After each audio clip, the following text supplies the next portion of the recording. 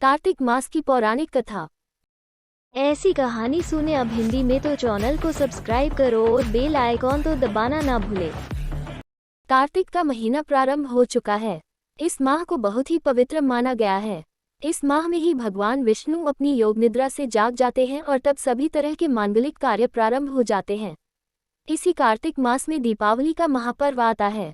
पुराणों में कार्तिक मास की महिमा का वर्णन मिलता है। इस माह में दीपदान, स्नान, विष्णु पूजा और तुलसी पूजा के साथ ही पौराणिक कथा सुनने का बहुत ही खास बहुत होता है। आओ पढ़ते हैं कार्तिक मास की कथा। कार्तिक मास की कथा। एक नगर में एक ब्राह्मण दंपत्ति रहते थे।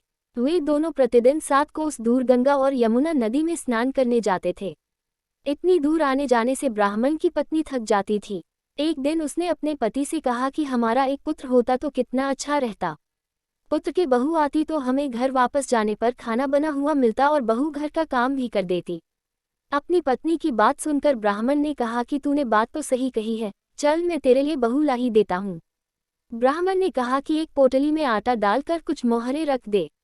ब्राह्मण के कहे अनुसार उसने पोटली बांधकर दे दी। पोटली लेकर ब्राह्मण चला गया। ब्राह्मण सफर के दौरान यमुना के किनारे बहुत ही सुंदर लड़कियां दिखाई दी। वे रेत में घर बनाकर खेल रही थी। उनमें से एक लड़की ने कहा कि मैं अपना घर नहीं बिगाड़ूंगी, मुझे तो रहने के लिए ये घर चाहिए। लड़की की बात सुनकर ब्राह्मण मन ही मन सोचने लगा कि बहू बनाने के लिए यही लड़की उचित है। जब वह लड़की जाने लगी तो ब्राह्मण भी उसके पीछे पीछे उसके घर तक चला गया। वहां जाकर ब्राह्मण ने उस लड़की से कहा, बेटी, कार्तिक मास चल रहा है इसलिए मैं किसी के घर खाना नहीं खाता। मैं अपने साथ आटा लेकर आया हूँ। तुम अपनी माता से पूछो कि क्या वह मेरे लिए आटा छानकर 4 रोटी बना देगी। यदि वह मेरा आटा छानकर रोटी बनाएगी तो ही मैं रोटी खा लूंगा। लड़की ने जाकर अपनी माँ को ये सारी बात बताई। माँ ने कहा, उचित है, जाकर ब्राह्मण देव से कह दो कि वह अपना आटा दे दे, मैं रोटी बना दूंगी। जब वह आटा छानने लगी तो आटे में से मोहरें निकली। वह सोचने लगी कि जिसके आटे में इतनी मोहरें हैं उसके घर में कितनी मोहरें होंगी। जब ब्राह्मण खाना खाने बैठा तो लड़की की मां ने उस ब्राह्मण से पूछा, क्या आपका कोई लड़का है और क्या आप उस लड़के की सगाई करने जा रहे हो। यह सुनकर ब्राह्मण ने कहा कि मेरा लड़का तो काशी में पढ़ने गया हुआ है, लेकिन यदि तुम कहो तो खान कटोरे से विवाह करके तेरी बेटी को अपने साथ ले जाऊं। लड़की की मां ने कहा, ठीक है ब्राह्मण देव। इस पर लड़की की मां ने लड़की की खान कटोरे से शादी करके ब्राह्मण के साथ भेज दिया। ब्राह्मण ने घर आकर कहा, रामू की मां दरवाजा खोलकर देख, मैं तेरे लिए बहू लेकर आया हूँ। ब्राह्मण की पत्नी भीतर से ही बोली, हमारे तो कोई बेटा बेटी नहीं है तो बहू कहाँ से आए। दुनिया ताने मारती थी, अब आप भी मारने लगे। ब्राह्मण ने कहा, तू दरवाजा खोलकर तो देख। जब ब्राह्मणी ने दरवाजा खोला तो सामने बहू को खड़ी देखा। उसने बहू का स्वागत किया और आदर सत्कार से अंदर ले गई। अब जब ब्राह्मण अपनी पत्नी के साथ नदी स्नान करने जाता तो पीछे से बहू घर का सारा काम करके और खाना बनाकर रखती थी। वह उनके कपड़े धोती और रात को हाथ पैर भी दबाती थी। इस तरह बहुत दिन बीत गए। ब्राह्मणी ने अपनी बहू से कहा कि बहू, कभी भी चूल्हे की आग मत बुझने देना और मटके का पानी खत्म मत होने देना। परंतु एक दिन चूल्हे की आग बुझ गई। यह देखकर बहू घबरा गई और भागी भागी अपनी पड़ोसन के पास गई और कहा कि मेरे चूल्हे की आग बुझ गई है, मुझे थोड़ी आग चाहिए। मेरे सास ससुर सुबह 5 बजे से गए हुए हैं। वह थके हुए घर आएंगे, इसलिए मुझे उनके लिए खाना बनाना है। यह सुनकर पड़ोसन ने कहा कि तू तो बावली है, तुझे यह दोनों मिलकर पागल बना रहे हैं। इनके कोई पुत्र नहीं है, ये निसंतान है। बहू ने कहा, नहीं ऐसा मत बोलो, इनका बेटा तो बनारस काशी में पढ़ने गया हुआ है। इस पर पड़ोसन ने कहा कि यह तुझे झूठ बोल कर लाए हैं। मेरी बात सच मान, इनके कोई बेटा नहीं है। अब बहू पड़ोसन की बातों में आ गई और कहने लगी कि अब आप ही बताओ मैं क्या करूं। पड़ोसन ने कहा कि करना क्या है, जब तुम्हारे सास ससुर आए तो जली हुई रोटियां बनाकर देना और बिना नमक की दाल बनाकर देना। खीर की कड़छी दाल में और दाल की कड़छी खीर में डाल देना। पड़ोसन ने उसे अच्छे से सिखा पढ़ा दिया। फिर जब उसके साथ सास ससुर घर आए तो उसने न तो उनका आदर सत्कार किया, ना ही उनके कपड़े धोए। जब उसने सास ससुर को खाना दिया तो सास बोली, बहू आज यह रोटियां जली हुई क्यों है और दाल भी अलूनी है। तब बहू ने पलटकर कहा कि एक दिन ऐसा खाना खा लोगे तो कुछ बिगड़ नहीं जाएगा तुम्हारा।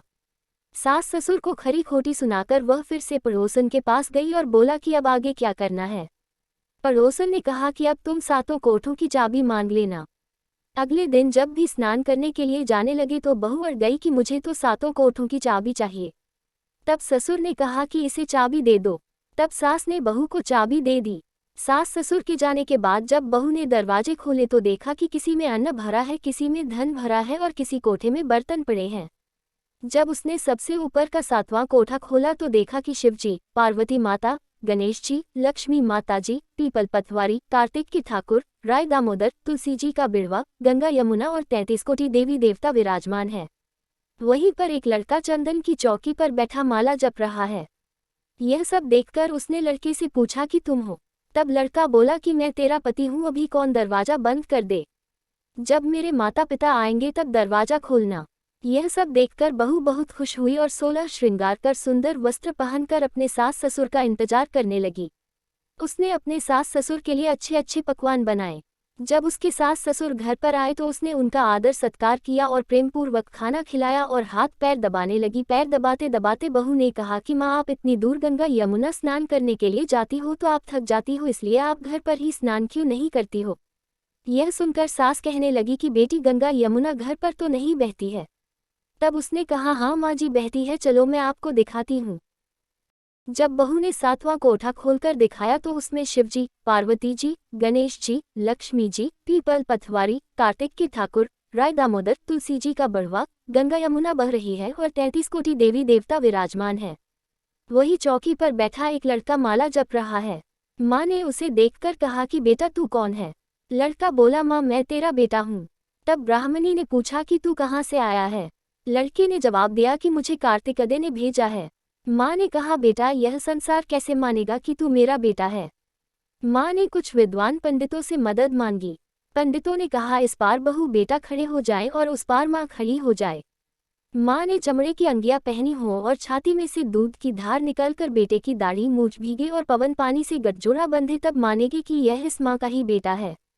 उसने ऐसा ही किया। चमड़े की अंगियां फट गई और छाती में से दूध की धार निकलकर बेटे की दाढ़ी मूछ भीग गई। पवन पानी से बहू बेटे का गठजोड़ बंध गया। यह सब देखकर ब्राह्मण और उसकी पत्नी की खुशी का ठिकाना न रहा। तो यह थी कार्तिक मास की कथा। हे कार्तिक के ठाकुर, जैसे ब्राह्मण और ब्राह्मणी को बहू बेटा दिया वैसे सबको देना। कार्तिक मास की कथा कहने, सुनने और हुकारा भरने वाले सब पर कृपा करना। यहाँ ये कहानी समाप्त होती है। धन्यवाद।